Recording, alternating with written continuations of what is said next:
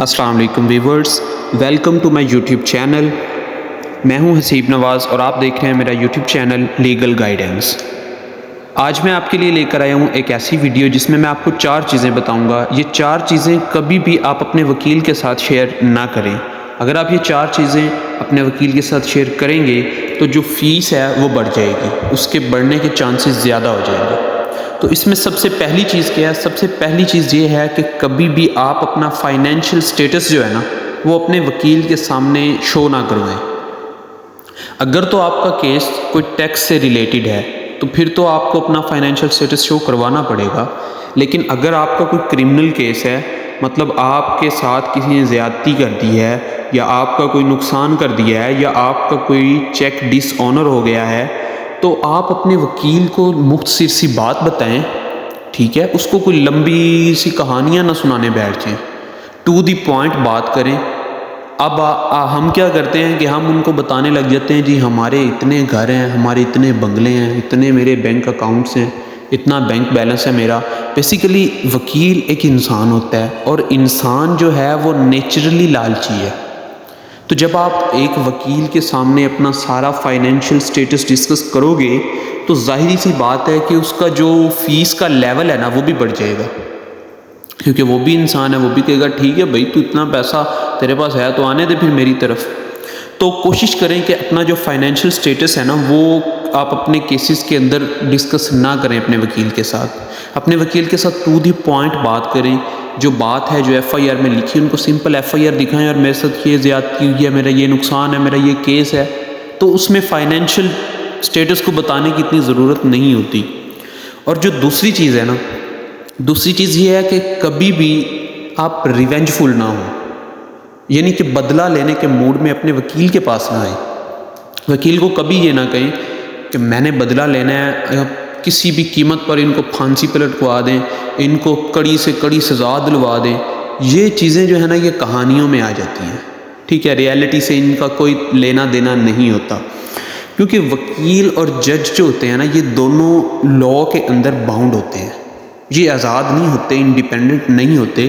آپ to the point اپنے وکیل سے بات کریں، اس کو بتائیں کہ یہ مسئلہ ہے، یہ ایف آئی آر ہوئی ہے جی، اور یہ مجھے کسی نے مارا ہے یا آپ نے کسی کو مارا ہے، تو یہ جی انجری ہوئی ہے، اس انجری کا میڈیکل کروائیں، میڈیکل لے کر اپنے وکیل کے پاس آ جائیں۔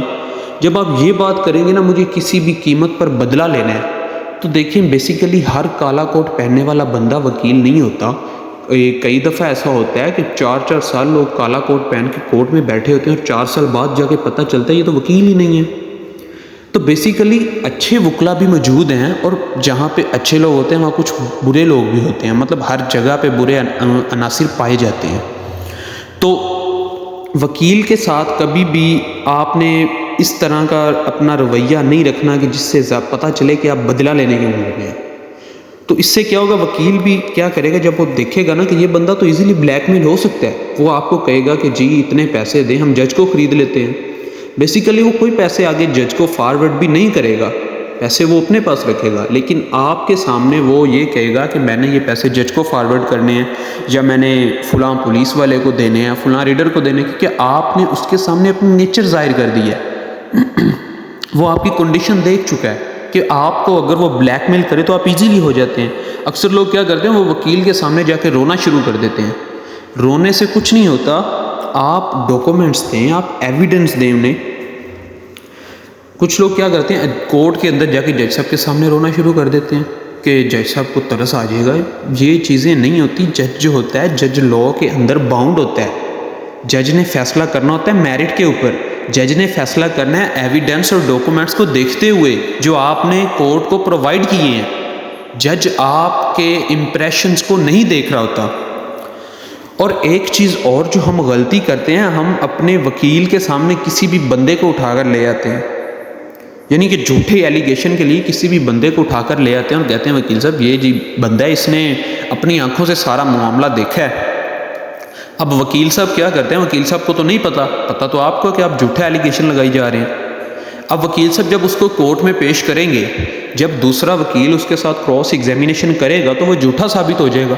جب وہ جھوٹا ثابت ہو جائے گا تو آپ کا پورے کا پورا کیس خراب ہو جائے گا۔ تو کبھی بھی کیس کے اندر کوئی جھوٹا ایویڈنس نہ ایڈ کریں، نہ ہی کسی کو کوئی جھوٹی ایلیگیشن لگا کر کسی کو جھوٹی گواہی دلوائیں۔ اور تیسری چیز جو ہے، کبھی بھی کسی جھوٹے بندے کو ایف آئی آر کے اندر ایڈ نہ کروائیں۔ مطلب کہ جی وہ میری پھوپھی کا بیٹا ہے، جی وہ اس کی پھوپھی کا بیٹا ہے، وہ اس کے چاچے کا بیٹا ہے، اور اس کے ساتھ میرا فلاں میٹر چل رہا ہے، اس لیے میں اس کو ایڈ کروا رہا ہوں ایف آئی آر کے اندر۔ آپ کبھی بھی اپنے وکیل سے اگر مشورہ کریں گے نا، تو آپ کا وکیل آپ کو کبھی بھی نہیں کہے گا کہ آپ کسی جھوٹے بندے کو ایف آئی آر میں ایڈ کروائیں۔ اور اگر آپ جتنی مختصر ایف آئی آر دیں گے نا، ایف آئی آر کے اندر ہم کیا کرتے ہیں، ہم لمبی لمبی کہانیاں چھوڑتے ہیں۔ آپ جتنی ایف آئی آر مختصر دیں گے اتنی ہی سزا ملنے کے چانسز زیادہ ہوتے ہیں۔ اب ایک بندے نے مرڈر کر دیا، اب ہم کیا کرتے ہیں، اب بندے ایک نے مرڈر کیا، اب ہماری 6 لوگوں سے دشمنی ہے، تو ہم ایف آئی آر کے اندر ان 6 کے 6 لوگوں کو ایڈ کروا دیتے ہیں۔ تو اس سے کیا ہوتا ہے، ایٹ دی اینڈ جب آپ کا کیس کورٹ میں پہنچتا ہے تو آپ کا کیس کمزور ہوتا ہے۔ اگر آپ نے پہلے دن سے ایف آئی آر کے اندر اس ایک بندے کو نامزد کیا ہو نا، جس بندے نے قتل کیا ہے، تو آپ کا کیس اور زیادہ مضبوط ہوگا، اور پھانسی کا پھندا اس بندے کے لیے اور زیادہ اس کے قریب آ جائے گا، وہ سزا کے اور زیادہ بندہ قریب جاتا جائے گا۔ آپ ایف آئی آر کے اندر جتنی بات لکھیں کوشش کریں وہ سچ ہو، اس میں جھوٹ ایڈ نہ کریں۔ چوتھی چیز یہ نہ کریں، کبھی بھی کنفیشن نہ کریں۔ کنفیشن کا مطلب سمجھتے ہیں آپ؟ کنفیشن کا مطلب ہے کہ جرم کا اقرار نہ کریں۔ قانون یہ تقاضا نہیں کرتا کہ آپ جا کر جرم کا اقرار کر دیں۔ جب آپ جرم کا اقرار کر دیتے ہیں نا، تو آپ کے پاس صلح کی آپشن ختم ہو جاتی ہے۔ اور بعض اوقات جب آپ جج صاحب کے سامنے ہیں، خود جا کر اپنے جرم کا اقرار کر دیتے ہیں، تو جج صاحب سزا کو سخت کر دیتے ہیں۔ سزا آپ کے لیے اور زیادہ سخت ہو جاتی ہے جب آپ خود جا کر اپنے جرم کا اقرار کر دیتے ہیں، یا آپ جا کر اپنے وکیل صاحب کو سٹیٹمنٹ دے دیتے ہیں کہ جی میں نے یہ جو کرائم کیا ہے، اور آپ میری یہ سٹیٹمنٹ لکھ کے کورٹ میں دے دیں۔ تو کبھی بھی خود جا کر جرم کا اقرار نہ کریں، نہ ہی قانون اس بات کا تقاضا کرتا ہے، اور نہ ہی ہمارا دین ہمیں یہ کہتا ہے کہ ہم اپنے جرم کو اقرار کریں۔ معافی کا حکم تو ہمارے دین میں بھی ہے، ہو سکتا ہے بعد میں بات چیت کر کے صلح ہو جائے۔ جب ہم اقرار کر دیں گے پھر تو سزا ہماری پکی ہے، پھر تو ہمارے پاس بچنے کا کوئی چانس ہی نہیں بچتا۔